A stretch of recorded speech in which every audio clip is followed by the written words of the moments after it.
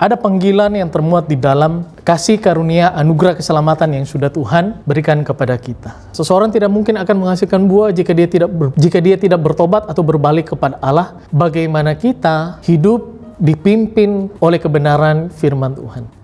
Dalam Roma pasal 7 ayat yang keempat, di situ firman Tuhan berbunyi demikian. Sebab itu saudara-saudaraku, kamu juga telah mati bagi hukum Taurat oleh tubuh Kristus. Supaya kamu menjadi milik orang lain, yaitu milik Dia yang telah dibangkitkan dari antara orang mati, agar kita berbuah bagi Allah. Jadi kalau kita mau berbuah, itu bukan karena usaha kita sendiri, tetapi itu karena pekerjaan Tuhan di dalam kehidupan kita. Kalau kita mau berbuah, manusia dosa ini harus bisa dipulihkan oleh Tuhan. Dan manusia dosa hanya bisa dipulihkan melalui karya penebusan dari Tuhan Yesus Kristus. Jadi tanpa penebusan Tuhan, tanpa Tuhan mau mati bagi kita, maka kuasa pemulihan Tuhan yang bekerja di dalam diri kita itu tidak akan mungkin bisa terjadi. Kalau Tuhan tidak bekerja memulihkan kehidupan kita, maka kita tidak akan mungkin bisa berbuah. Jadi bagaimana kita bisa berbuah? Kita harus menerima yang namanya pengampunan dosa. Pengampunan atau penebusan dari Kristus Yesus melalui kematiannya, melalui tubuhnya yang dihancurkan di atas kayu salib. Jadi untuk kita bisa menerima karya salib Yesus, yaitu supaya kita bisa berbuah, maka kita harus sungguh-sungguh beriman pada karya salib Yesus. Kita percaya kuasa pengampunan dosa, kuasa darahnya itu bisa menghadirkan pemulihan dalam kehidupan kita, sehingga kita bisa berbuah. Menerima firman Tuhan, dikuasai hidupnya oleh firman Tuhan, dipimpin hidupnya oleh Roh Kudusnya Tuhan. Dan di dalam Yohanes 15 ayat 2-8, ini agak panjang tapi yuk mari sama-sama kita baca firman Tuhan ini. Setiap ranting padaku yang tidak berbuah dipotongnya, dan setiap ranting yang berbuah dibersihkannya supaya ia lebih banyak berbuah. Kamu memang sudah bersih karena firman yang telah kukatakan kepadamu. Tinggallah di dalam aku dan aku di dalam kamu. Sama seperti ranting tidak dapat berbuah dari dirinya sendiri kalau ia tidak tinggal pada pokok anggur. Demikian juga kamu tidak berbuah jikalau kamu tidak tinggal di dalam aku. Akulah pokok anggur dan kamulah ranting-rantingnya. Barang siapa tinggal di dalam aku dan aku di dalam dia, ia berbuah banyak. Sebab di luar aku kamu tidak dapat berbuat apa-apa. Barang siapa tidak tinggal di dalam aku, ia dibuang keluar seperti ranting dan menjadi kering. Kemudian dikumpulkan orang dan dicampakkan ke dalam api, lalu dibakar. Jikalau kamu tinggal di dalam aku dan firmanku tinggal di dalam kamu, mintalah apa saja yang kamu kehendaki dan kamu akan menerimanya. Dalam hal inilah Bapa-Ku dipermuliakan, yaitu jika kamu berbuah banyak,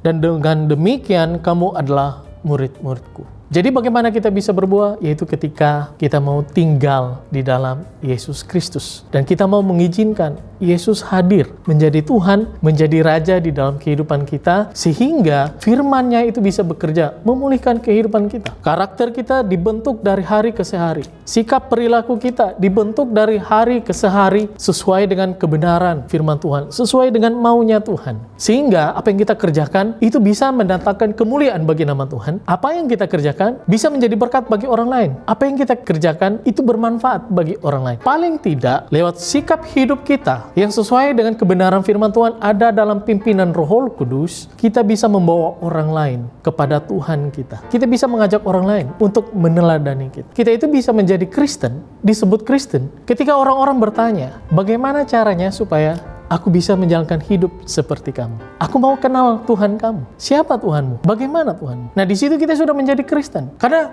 kehidupan kita menjadi daya tarik bagi orang lain. Menggugah orang lain untuk mau menjalani hidup dengan lebih baik lagi dari hari ke hari. Hidup kita harus bisa menjadi terang. Hidup kita harus bisa menjadi teladan bagi orang lain. Dan hal itu tidak akan mungkin terwujud kalau kita tidak mau mengajak Tuhan untuk tinggal di dalam kehidupan kita. Dan kita tinggal di dalam Tuhan. Artinya, kita hidup sesuai dengan tuntutan kebenaran firman Tuhan. Lalu, kalau kita sudah berbuah, itu contohnya seperti apa? Karena itu pertanyaan kemudian ya. Kalau kita berbicara mengenai buah, ya buah itu seperti apa? Kita hidup sesuai dengan firman dalam tuntunan Roh Kudus, itu seperti apa? Maka kita harus membaca surat Galatia pasal yang kelima ayat 22-25. Di situ firman Tuhan berkata, tetapi buah roh ialah kasih, sukacita, damai sejahtera, kesabaran, kemurahan, kebaikan, kesetiaan, kelemah lembutan, penguasaan diri. Tidak ada hukum yang menentang hal-hal itu.